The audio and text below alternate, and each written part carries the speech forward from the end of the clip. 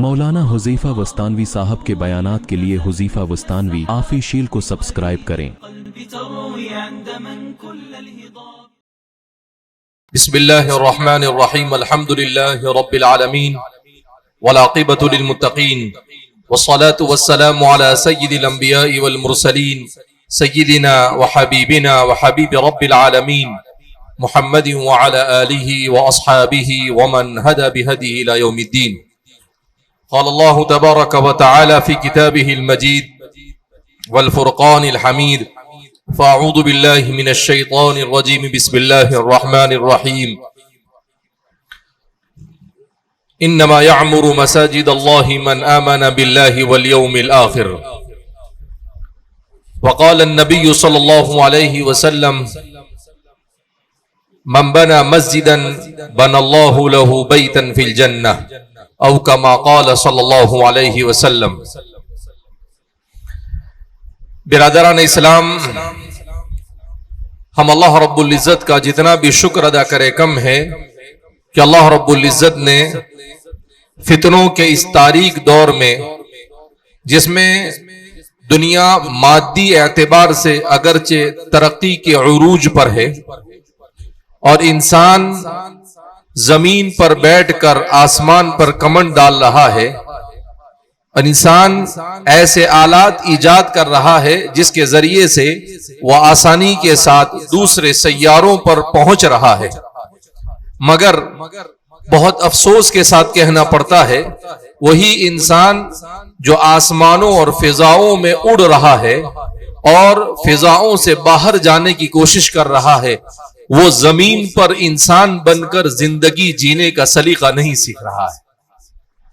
اسے یہ نہیں پتا کہ زمین پر کیسے چلنا ہے، اسے یہ نہیں پتا کہ زمین پر ایک انسان کو دوسرے انسان کے ساتھ کیسے بات کرنی ہے اور کیسے گفتگو کرنی ہے۔ اسے اس بات کا علم نہیں کہ اگر وہ جاتا ہے طہارت کے لیے تو اسے کیسے طہارت کرنی ہے اور کیسے صفائی حاصل کرنی ہے۔ اسے یہ نہیں پتا ہے کہ کھانے کا، انسان ہونے کے اعتبار سے کھانے کا طریقہ کیا ہو سکتا ہے۔ اسے یہ نہیں پتا ہے کہ ایک انسان کا دوسرے انسان کے دل میں کتنا احترام اور کتنا درد ہونا چاہیے۔ اسے صرف اس بات کی پڑی ہے کہ کیسے میرا جیب بھر جائے اور کیسے میرا پیٹ بھر جائے۔ میں اپنی کرسی کے لیے، میں اپنا جیب بھرنے کے لیے، میں اپنی دنیا کو بنانے کے لیے اگر کسی کو مارنے کی بھی نوبت آئے تو اس سے انسان کتراتا نہیں ہے، اگر کسی کو لوٹنے کی بھی نوبت آئے تو انسان اس سے کتراتا نہیں ہے، اگر کسی کی عزت پر آنچ بھی ڈالنے کی نوبت آئے، اس کی عزت کو پامال بھی کرنے کی ضرورت پڑے تب بھی انسان کتراتا نہیں ہے۔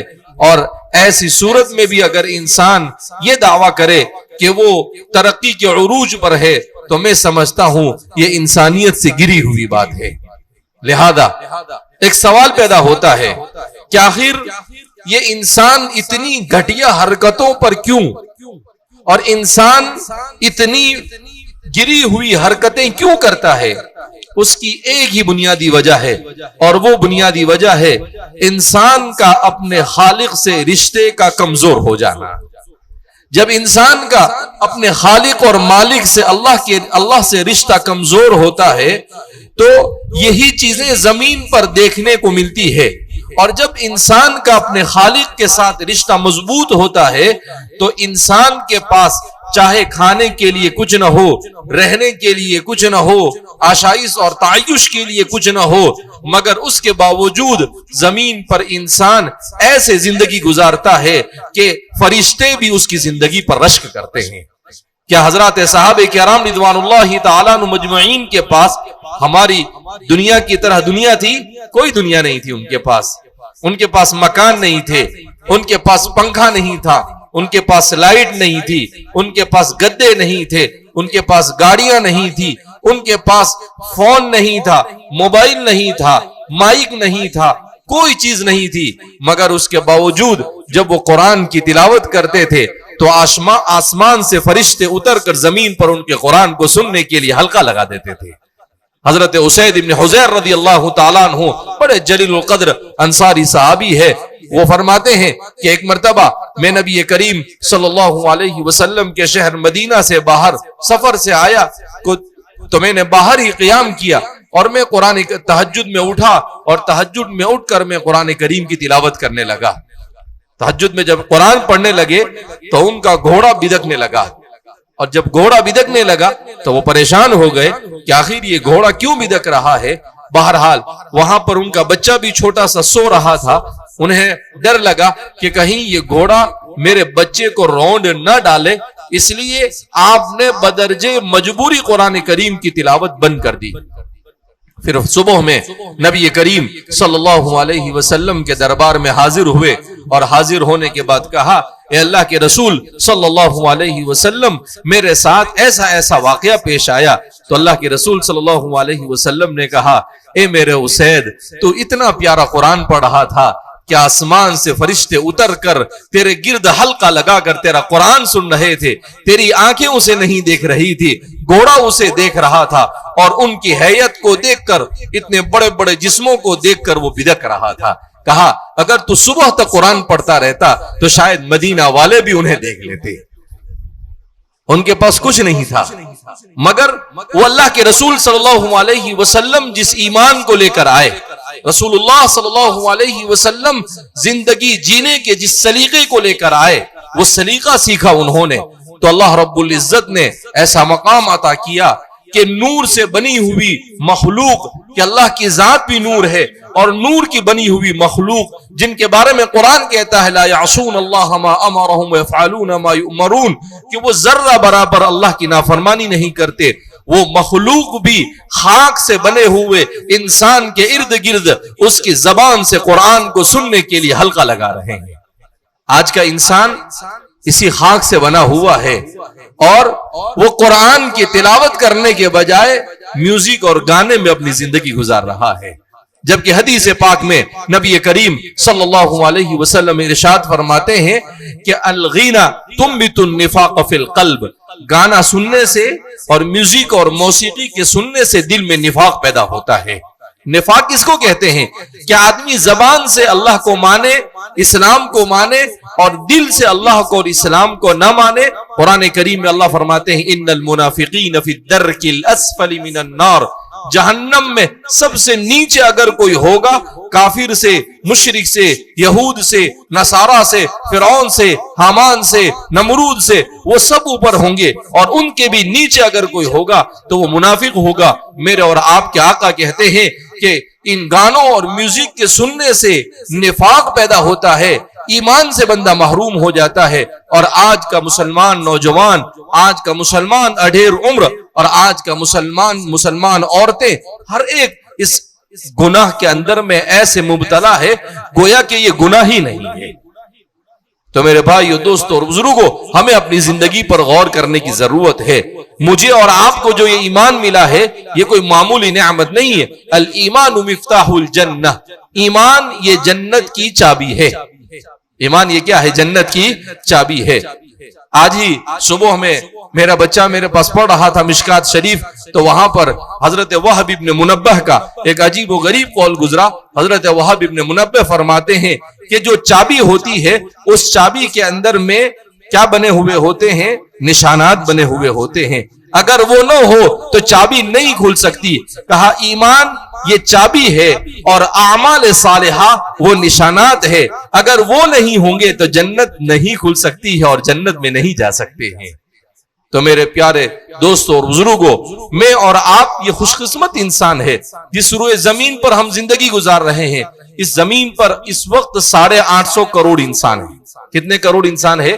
850 کروڑ، جن میں سے 200 سے 250 کروڑ وہ ایمان والے ہیں، اور 500 سے لے کر 600 کروڑ وہ لوگ ہیں جو ایمان سے محروم ہے، ایمان نہیں ملا انہیں۔ جن کو ایمان ملا ہے ان کو ایمان کی قدر نہیں، اور جنہیں ایمان نہیں ملا ہے وہ ایمان کے لیے پریشان ہے۔ بہت سارے لوگ ایسے ہیں وہ ایمان لانا چاہتے ہیں مگر وہ کبھی اپنے گھر والوں سے، کبھی اپنی عزت سے، کبھی اپنی کرسی کا انہیں ڈر لگتا ہے، کبھی اپنی دولت کا ڈر لگتا ہے، کبھی اپنی بیوی بچوں کا ڈر لگتا ہے، وہ ایمان نہیں لاتے ہیں۔ مگر ان میں سے اگر کوئی ایمان میں آ جاتا ہے ایک مرتبہ تو وہ ہم سے زیادہ سچا اور پکا مسلمان بنتا ہے۔ ہمارے ایک دوست بتا رہے تھے کہ ایک مرتبہ برطانیہ میں مسجد سے نماز پڑھ کر کچھ لوگ نکلے، ایک گورا بھی نکلا جو نیا نیا اسلام میں داخل ہوا تھا۔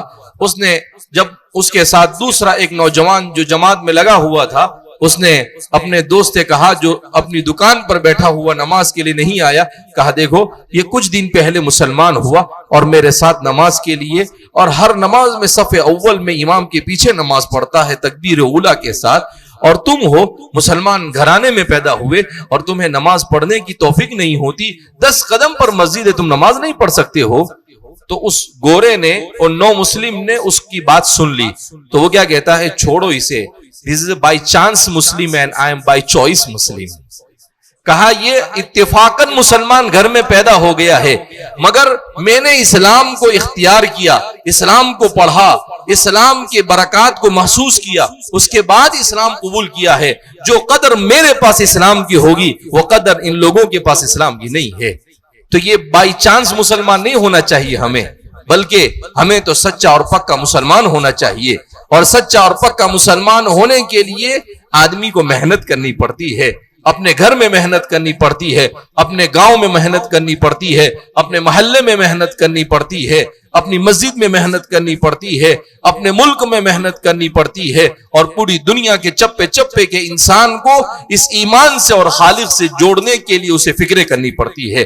تب جا کر ایمان کی حرارت ملتی ہے، تب جا کر ایمان کا نور ملتا ہے، اس کے بغیر ایمان کا نور نہیں حاصل ہوتا ہے۔ تو میرے بھائیو، دوستو اور بزرگوں، ہم یہاں پر جمع ہوئے ہیں، کیوں جمع ہوئے ہیں؟ ماشاءاللہ ابھی کچھ دنوں پہلے ہی حافظ ہارون صاحب اور ان کے ساتھ یہاں کے جو ذمہ داران ہیں وہ میرے پاس آئے اور انہوں نے کہا کہ ہم مسجد بنانا چاہتے ہیں، اور آپ بڑی مسجد بنانی ہے اس لیے کہ مرکزی شہر ہے اور اطراف میں مسلمانوں کی کافی بڑی تعداد ہے، دیہاتوں میں مسلمان رہتے ہیں، لہذا اگر آپ اپنا کوئی وقت دے دیں تو ہم اپنی مسجد کو کھڑی کر دیں۔ میں نے کہا کہ مسلمان تو مسجد ایسے چٹکیوں میں بنا دیتا ہے، مسلمان کو مسجد بنانے کے لیے دلہن کی طرح اس کو ناز نخرے نہیں اٹھانے پڑتے ہیں، وہ تو بڑی آسانی سے بنا لیتا ہے۔ اور پھر میں نے کہا کہ ابھی پچھلے 1.5 سال میں یہاں اورنگ آباد اور ویجا پور اور اس پورے علاقے کے اندر میں تقریباً 4 سے 5 ایسی بڑی بڑی مسجدیں بنی، کوئی 2.5 کروڑ کی، کوئی 3 کروڑ کی، کوئی 2 کروڑ کی مسجد۔ ماشاءاللہ ہمارے والد صاحب نے ایک اسکیم جاری کی ہے، مصلح اسکیم، اس اسکیم کے ذریعے سے ایک مجلس کے اندر میں لوگوں نے پورے پیسے دے دیے۔ 1 سال پہلے، 1.5 سال پہلے پروگرام کیا جیسا آپ کے یہاں پروگرام ہوا، اور الحمدللہ ابھی 2-3 ہفتے سے مسلسل وہ فون کر رہے ہیں کہ مولانا مسجد بن چکی ہے، اب آپ افتتاح کے لیے کب آ رہے ہیں؟ تو ایک زمانہ تھا، جیسا کہ مولانا نے بھی کہا کہ ایک زمانہ تھا کہ چھوٹے چھوٹے کام کے لیے بھی آدمی پیسے کے لیے ترستا تھا، مگر اب اللہ رب العزت نے دولت دی ہے، اور حدیث میں ہے کہ اللہ کے رسول صلی اللہ علیہ وسلم ارشاد فرماتے ہیں کہ میری امت پر ایک زمانہ ایسا آئے گا یفیض المال فیضا، کہ مال پانی کی طرح بہے گا۔ مال کیسے بہے گا؟ پانی کی طرح بہے گا۔ پہلے ہم لوگ جب چھوٹے چھوٹے تھے تو 5 پیسے اور 10 پیسے کی نان کھٹائی ملتی تھی، آج بھی مجھے یاد، کتنے کی؟ 5 پیسے کی، 20 پیسے بھی ہوتے تھے، 5 پیسے بھی ہوتے تھے۔ آج سے تقریباً 35 سال 40 سال پہلے کی بات کرتا ہوں۔ چائے کتنے کی ملتی تھی؟ 25 پیسے کی چائے ملتی تھی۔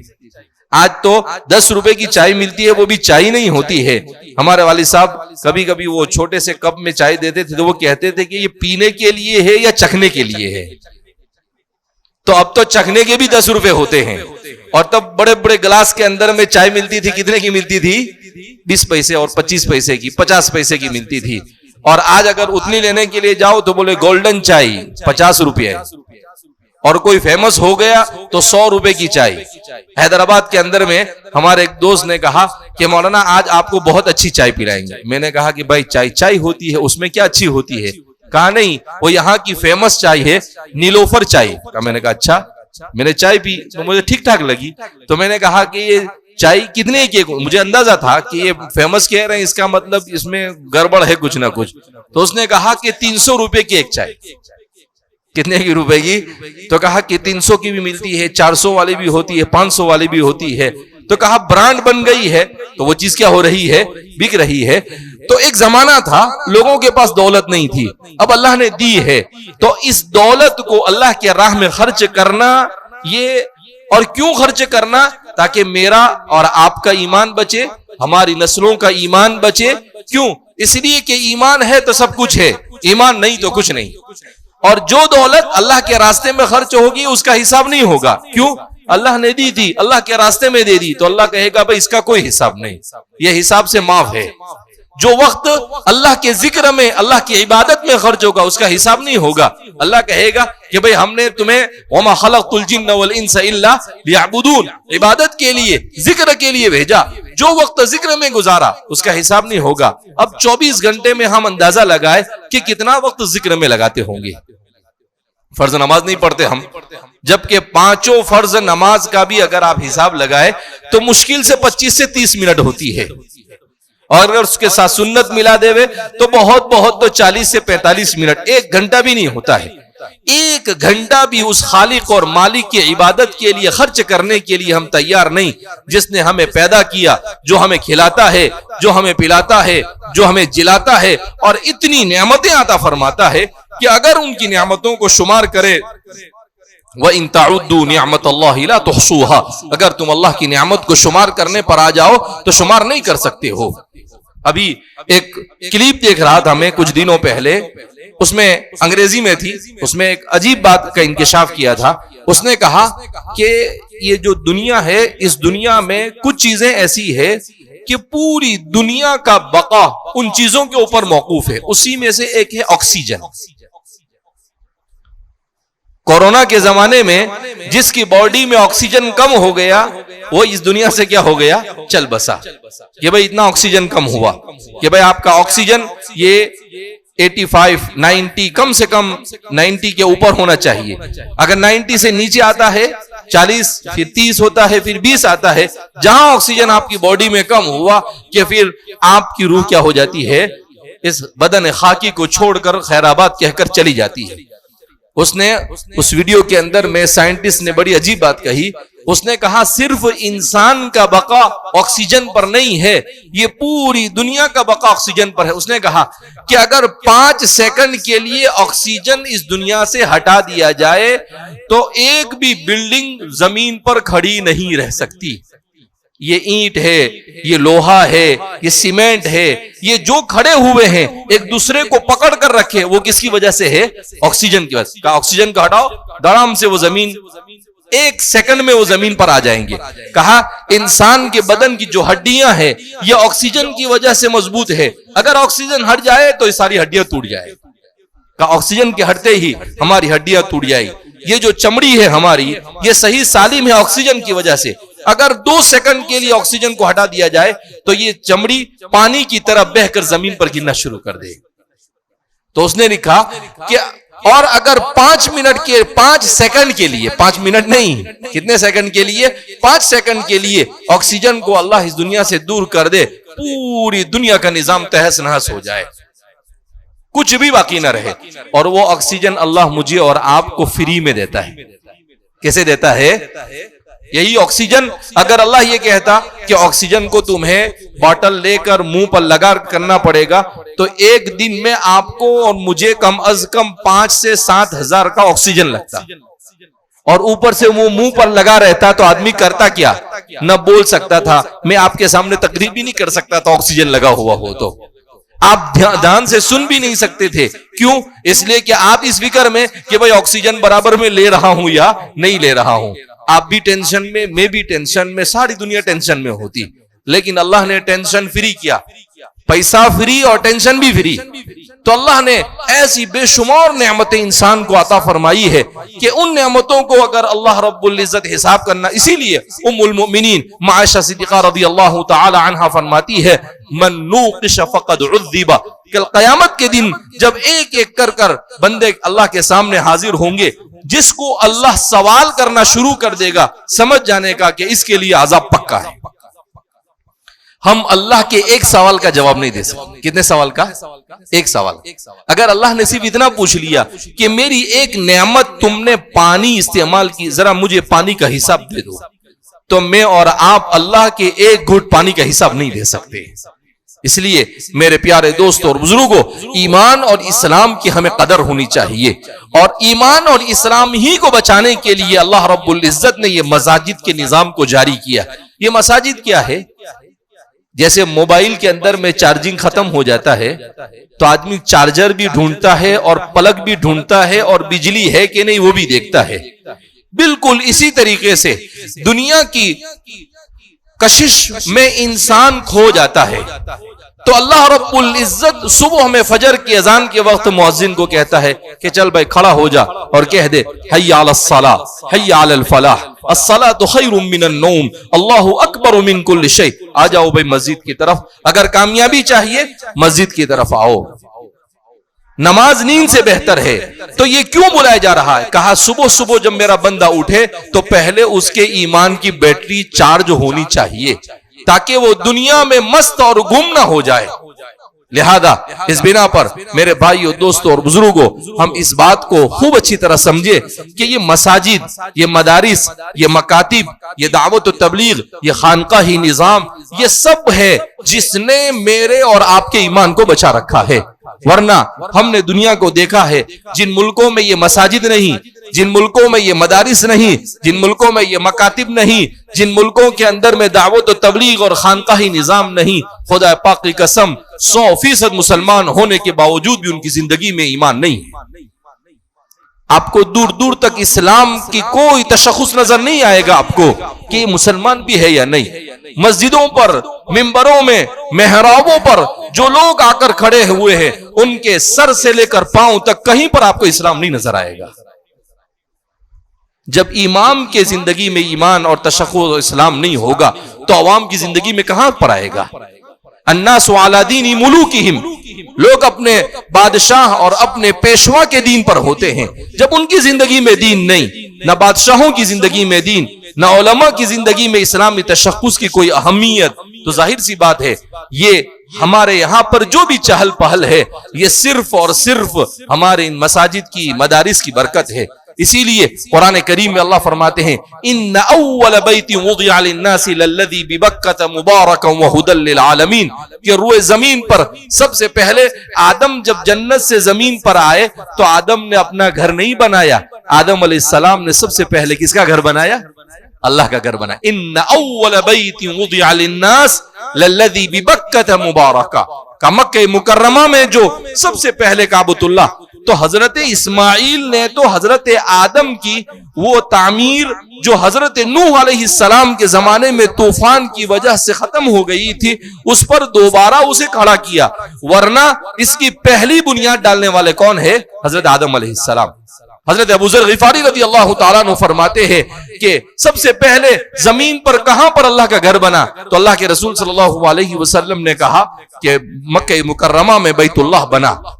تو انبیاء نے اپنے گھروں کی فکر نہیں کی لیکن اللہ کے گھر کی فکر کی۔ کیوں؟ کہ اللہ کی گھر کی وجہ سے ہمیشہ ہمیشہ کی زندگی، آخرت کی کامیابی اسی پر موقوف ہے۔ اپنا گھر نہیں بھی ہوگا تو زندگی گزر جائے گی، مگر اللہ کا گھر نہیں ہوگا تو اگرچہ زندگی گزر جائے گی مگر آخرت بکھر جائے گی، آخرت ہاتھ نہیں لگ سکتی ہے۔ اسی لیے حضرت ابو ذر فرماتے ہیں ثم، اس کے بعد کون سا گھر بنایا گیا اللہ کا؟ تو فرمایا بیت المقدس کو اللہ کے رسول صلی اللہ علیہ وسلم فرماتے ہیں آدم علیہ السلام ہی کے ہاتھوں تعمیر کیا گیا، سلیمان نے تو بعد میں اس پر بنایا۔ تو انبیاء اللہ کے رسول صلی اللہ علیہ وسلم جب مدینہ تشریف لائے تو آپ حضرت ابو ایوب انصاری کے گھر میں رہے، مگر اپنا گھر بنانے سے پہلے آپ نے کس کا گھر بنایا؟ اللہ کا گھر بنایا، مسجد نبوی کی تعمیر کی۔ تو مسجد نبوی کی تعمیر کی اور اللہ کے رسول صلی اللہ علیہ وسلم نے کہا کہ بھئی یہ زمین کس کی ہے جہاں پر مسجد نبوی کی تعمیر کرنی تھی؟ تو لوگوں نے کہا کہ 2 یتیم بچوں کی ہے. ان بچوں کو بلایا گیا تو ان بچوں نے کہا کہ آپ اللہ کا گھر بناتے ہیں, ہم نے یہ زمین ایسے ہی وقف کر دی. تو اللہ کے رسول صلی اللہ علیہ وسلم نے کہا نہیں, تم یتیم ہو, میں تمہاری زمین کو ایسے نہیں لے سکتا ہوں. اپنے صحابہ سے پہلے پوچھے, اس سے پہلے ہی ابو بکر کھڑے ہوئے, کہا اللہ کے رسول صلی اللہ علیہ وسلم میں ابو بکر ہوں. یعنی میں کہہ رہا ہوں زبان حال سے ان کی کہ میں ابو بکر ہوں, میں ان کی زمین کے پیسے میں ادا کر دوں گا. تو حضرت ابو بکر نے مسجد نبوی کی اس زمین کے پیسے ادا کیے اور پھر اس کے بعد اللہ کے رسول صلی اللہ علیہ وسلم اور صحابہ مسجد نبوی کی تعمیر کرنے لگے. تو صحابہ نے حضور کو پکڑا اور اللہ کے رسول کے ہاتھ پکڑ کر کہا کہ ہم آپ سے معافی چاہتے ہیں, آپ تشریف رکھیں, ہم آپ کے خدام یہاں پر ہیں, ہم بنا لیں گے. اللہ کے رسول صلی اللہ علیہ وسلم نے کہا اللہ کا گھر بنے اور اجر تقسیم ہو رہا ہو اور میں اس اجر سے محروم رہ جاؤں, میری طبیعت اسے گوارا نہیں کرتی ہے. میں بھی تمہارے ساتھ اس کی تعمیر میں شریک ہو کر اس اجر کے اندر میں شریک ہونا چاہتا ہوں. اللہ کے رسول صلی اللہ علیہ وسلم اپنا گھر اپنے ہاتھ سے نہیں بنا رہے ہیں, مگر اللہ کے گھر کو اپنے ہاتھ سے بنانے کے لیے جبکہ بڑی پریشانیوں سے گزر رہے ہیں, اس کے باوجود بھی تو اس سے اندازہ لگایا جا سکتا ہے کہ حضرات انبیاء کرام علیہ السلام نے ان مساجد کیوں کہ یہ مسجد یہ ہمارے روحانی مراکز ہے, یہ ہمارے تعلیمی مراکز ہے, اسی کے بلبوتے پر ہمارا ایمان اور ہماری نسلوں کا ایمان محفوظ ہے. لہذا اس بنا پر ہمیں جہاں کہیں بھی اللہ کا گھر بنے اور اللہ نے جو بھی انسان کو دیا ہوا ہو اسے اس پر خرچ کرنے کی کوشش کرنی چاہیے. قرآن کریم تو کہتا ہے مثل الذین ينفقون اموالهم فی سبیل اللہ کمثل حبۃ انبتت 7 سنابل فی کل سنبلۃ 100 حبۃ, کہ اللہ کے رسول صلی اللہ قرآن میں اللہ فرماتے ہیں کہ 1 روپیہ اللہ کے راستے میں دو گے تو ایسا ہی ہے جیسے گیہوں کے ایک دانے کو مٹی میں ڈالو تو اس سے اس کا پودا اگتا ہے اور اس میں 7 بالی ہوتی ہے اور ہر بالی میں 100 دانے ہوتے ہیں, 1 دانے سے 700 دانے اگتے ہیں. کہا تم اللہ کے راستے میں 1 خرچ کرو گے, اللہ تمہیں 700 کم سے کم دے گا. واللہ یضاعف لمن یشاء, اور اگر تمہارا اخلاص بہت اچھا ہوگا تو 700 سے زیادہ بھی مل سکتا ہے. تو اللہ کا دربار لگا ہوا ہے اور اللہ رب العزت کہہ رہے ہیں کہ بھئی آ جاؤ اور اپنی آخرت کو بنانے کی کوشش اور فکر کرو. ماشاءاللہ ہمارے ہندوستان کے اندر میں بہت ساری مساجد بنی. اللہ رب العزت نے خادم القرآن والمساجد ہمارے والد صاحب کے ہاتھوں اس ملک میں تقریباً 8000 سے زیادہ مسجدیں تعمیر کروائی. کتنی مسجدیں تعمیر کروائی؟ 8000. ہمارے والد صاحب کے استاد حضرت مولانا ذوالفقار صاحب, سید ذوالفقار احمد صاحب نور اللہ مرقدہ, وہ فرمایا کرتے تھے کہ غلام اللہ نے تیرے ہاتھ سے اتنی مسجدیں بنوائی کہ ہندوستان میں کوئی مغل بادشاہ نہیں, پورا مغل امپائر بھی اتنی مسجدیں نہیں بنا سکا. تو یہ اللہ کی توفیق ہے. کیوں؟ اس لیے کہ ان کو فکر تھی اس بات کی کہ ہماری نسلوں میں اور ہمارے معاشرے کے اندر میں ایمان کیا ہونا چاہیے؟ زندہ رہنا چاہیے. لہذا اس بنا پر میرے بھائیوں, دوستوں اور بزرگوں, ہمارے یہاں پر بھی جو مسجد بن رہی ہے یہ مرکزی شہر ہے, اس کے اطراف و اکناف میں بھی ماشاءاللہ مسلمان بڑی تعداد میں رہتے ہیں. تو ہمیں اس بات کی فکر ہونی چاہیے کہ اس بننے والی مسجد میں ہمارا پیسہ لگے گا. بھائی ہمارا ایمان بچانا ہماری ذمہ داری ہے, کسی اور کی ذمہ داری؟ ہماری ذمہ داری ہے. تو ہم کسی دوسرے پر کیوں بھروسہ کریں؟ ہمیں اپنی ذمہ داری کو, جیسے آدمی اپنا گھر بناتا ہے تو اپنی فکر سے بناتا ہے, تو اپنی آخرت کو بنانا ہے تو اپنے پیسے سے بنائیں گے. کسی دوسرے پر ہمیں اعتماد اور بھروسہ کرنے کی ضرورت نہیں ہے. بہرحال چونکہ کافی دیر بھی ہو چکی ہے, لہذا اس بنا پر اپنی بات کو زیادہ طول نہ دیتے ہوئے ایک بات اللہ کے رسول صلی اللہ علیہ وسلم نے ارشاد فرمائی. حضرت عثمان ابن عفان رضی اللہ تعالیٰ عنہ کے زمانے میں مسجد نبوی کی تجدید ہو رہی تھی. تو مسجد نبوی کی تجدید میں صحابہ نے بڑھ چڑھ کر حصہ لیا. مسجد نبوی کی توسیع بھی ہو رہی تھی, اس کو بڑا کیا جا رہا تھا. تو حضرت عثمان بن عفان رضی اللہ تعالیٰ عنہ نے جب آواز لگائی تو لوگوں نے ڈھیر لگا دی. حضرت عثمان بن عفان رضی اللہ تعالیٰ عنہ نے جب دیکھا تو حضرت عثمان نے کہا, میں نے اللہ کے رسول کو یہ فرماتے ہوئے سنا ہے, من بنا مسجدا ابتغى به وجه اللہ بنى اللہ له بیتا فی الجنہ. جو اللہ کا گھر بنائے گا اور اس سے یہ اللہ کی رضامندی کے علاوہ اور کوئی نیت اس کی نہیں ہوگی، اللہ جنت میں اس کے لیے گھر بنائے گا۔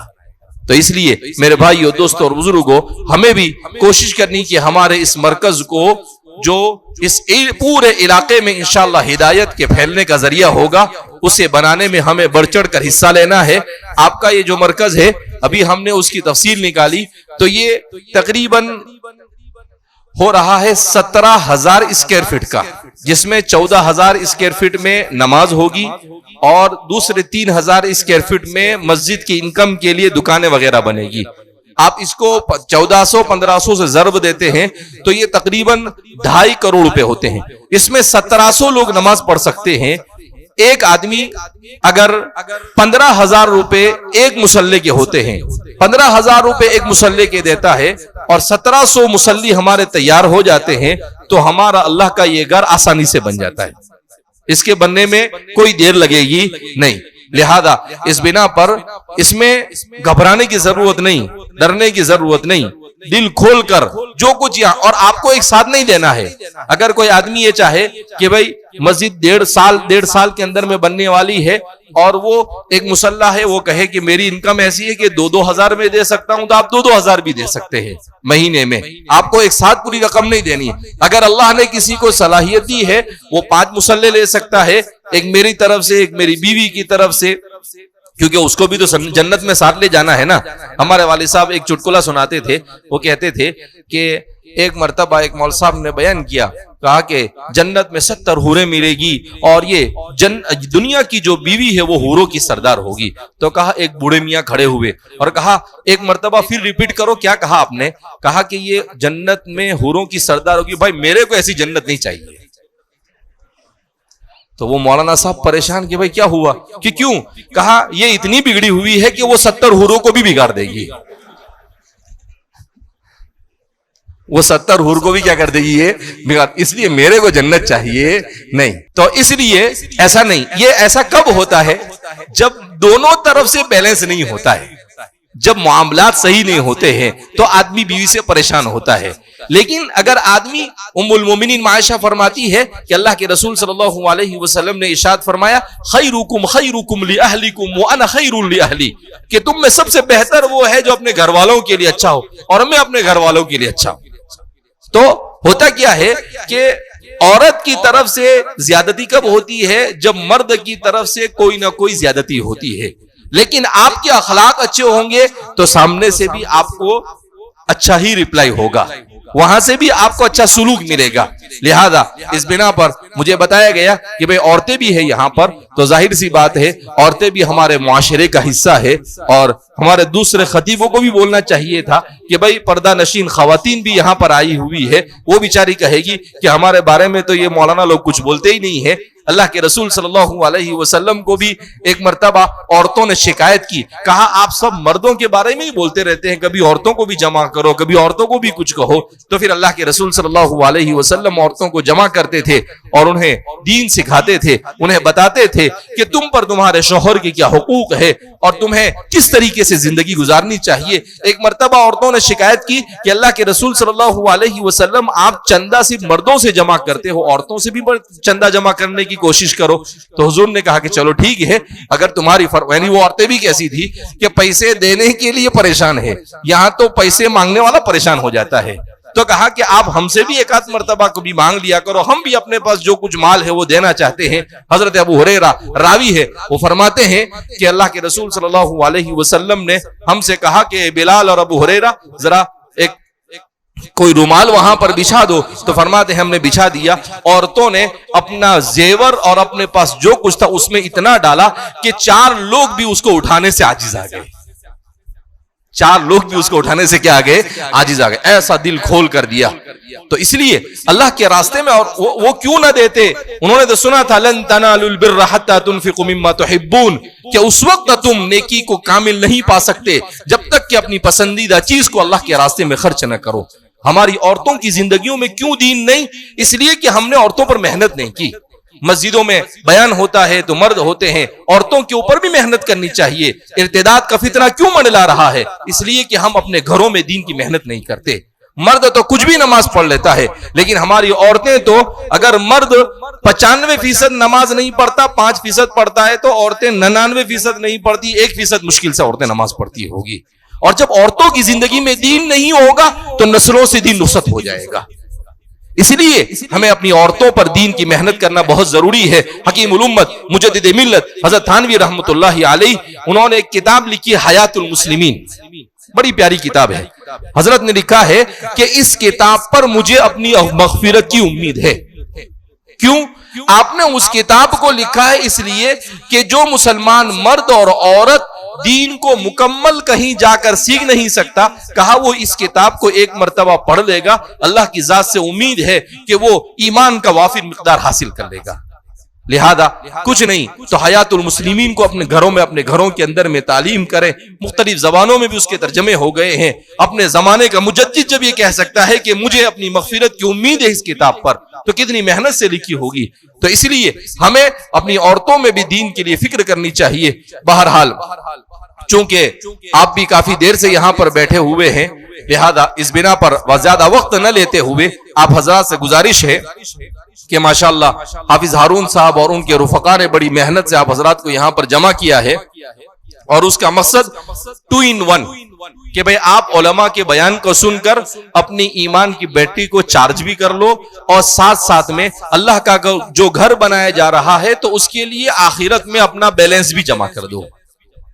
تو ایسا تو کتنا آسان کام ہے کہ آپ کی آخرت کی فکریں دوسرے کر رہے ہیں، تو آپ کو تو اور بڑھ چڑھ کر حصہ لینا چاہیے. اور اس امت کو میں نے کہا کہ کئی مسجدیں ایسی کروڑوں کی مسجدیں بن گئی. ابھی ایک واقعہ میں آپ کو سنا دوں. ایک جگہ پر گجرات میں پالنپور کے علاقے کے اندر میں وہ 6-7 مہینے پہلے کچھ احباب ہمارے والد صاحب کے پاس آئے. کہا ایک آدمی نے 52 ایکڑ زمین وقف کی. ایک ہی آدمی نے کتنی زمین وقف کی؟ 52 ایکڑ. یہاں تو 52 گز بھی دینے کو تیار نہیں ہوتے ہم. تو 52 ایکڑ زمین وقف کی. کہا کہ یہ میری قوم کے لیے یہاں پر ہسپتال بناؤ، اسکول بناؤ اور یونیورسٹی بناؤ. کہا کوئی پیسے دینے کو تیار نہیں مولانا. تو والد صاحب کی طبیعت ناساز تھی، تو والد صاحب نے مجھے بلایا. کہا کہ بھائی ان کی بات سنیے آپ اور ان کا مسئلہ حل کیجئے. تو میں نے کہا ٹھیک ہے. میں نے ان کی بات سنی. انہوں نے کہا کہ ہم مومن برادری ہے، چیلیا برادری، 156 دیہاتوں میں 6 لاکھ کی تعداد ہے ہماری، اور ہم اس طریقے سے 450 کروڑ کا پروجیکٹ بنانا چاہتے ہیں. تو میں نے کہا بن جائے گا، اور آپ کے پیسے سے بنے گا، کسی اور کے پیسے سے نہیں بنے گا. میں نے کہا آپ ایک کام کرو، 156 دیہات میں سے ہر دیہات سے 5-5 7-7 ذمہ داروں کو جمع کرو اور انشاءاللہ ایک پروگرام رکھو. تو والد صاحب نے کہا کہ پروگرام رکھو نہیں، اس کے بھروسے مت رہنا، یہ اس کا پروگرام 1 سال نہیں 2 سال تک بھی نہیں ملے گا. کہا کہ تم اب بھی ان کو تاریخ دو. تو میں نے کہا ٹھیک ہے. تو پھر دیکھا کہ بھئی کون سی تاریخ خالی ہے اور کیسے سیٹ ہوتا ہے، تو تاریخ دی ان کو، اور ماشاءاللہ وہ لوگ جمع ہوئے. تو میں نے ان سے کہا کہ دیکھو 6 لاکھ لوگوں میں سے 3.5 لاکھ عورت، بوڑھے اور بچے نکال دو، 2.5 لاکھ مرد ہے. اگر 2.5 لاکھ مرد ہر کمانے والا 16,000 روپے دیتا ہے، 2.5 لاکھ آدمی 5 سال میں اگر 16,000 روپے دیتے ہیں تو 450 کروڑ میں آپ کا پروجیکٹ کھڑا ہو جاتا ہے. اور 5 سال میں دینا ہے، 1 سال میں 3,000، 1 مہینے میں 300. وہ لوگ گٹکا اور مسالہ وغیرہ بہت کھاتے ہیں. تو میں نے کہا بھئی کتنے کا کھاتے ہو تم؟ کہا 1,500 2,000 3,000 کا کھا لیتے ہیں. میں نے کہا بہت آسان، یہ پورا پروجیکٹ تمہارے تھوک سے بنے گا. کس سے بنے گا؟ تمہارے تھوک سے بنے گا. جو تم کھا کر پچکاری مارتے ہو اس سے بنے گا. کہا کیسے؟ کہا وہ جو 1,500 روپے کا مہینے میں کھاتے ہو تو اب 1,200 کا کر دو اور 300 روپے ادھر دے دو، تو وہ تمہارا پچکاری والا ادھر آ جائے گا اور یہ بن جائے گا. ماشاءاللہ انہوں نے ہمت کی. 4 سال میں مشکل سے 25-30 لاکھ روپے جمع ہوئے تھے. ابھی 4 مہینے کے اندر میں 30 سے 40 کروڑ روپے جمع ہو گئے. اور ماشاءاللہ اسکول بن گئی، ہسپتال کا کام شروع ہو گیا. ابھی ہفتہ 10 دن پہلے ایک پروگرام ہوا تھا، وہاں گئے ہم، تو عوام کو جمع کیا، 72,000 لوگ جمع ہوئے. اور پھر الحمدللہ ایک بڑی رقم جمع ہوئی. بمبئی میں ان کے ہوٹل والے سب جمع ہوئے. ان کو سمجھایا کہ بھئی اپنے ادارے ہوں گے تو اپنا ایمان بچا سکتے ہیں ہم، ورنہ اپنی نسلوں کا ایمان اپنے اداروں کے بغیر نہیں بچا سکتے. KG سے لے کر PG تک ہمارے اپنے ادارے ہونے چاہیے اگر اپنی نسلوں کا ایمان بچانا ہے. ان کو سمجھ میں آیا.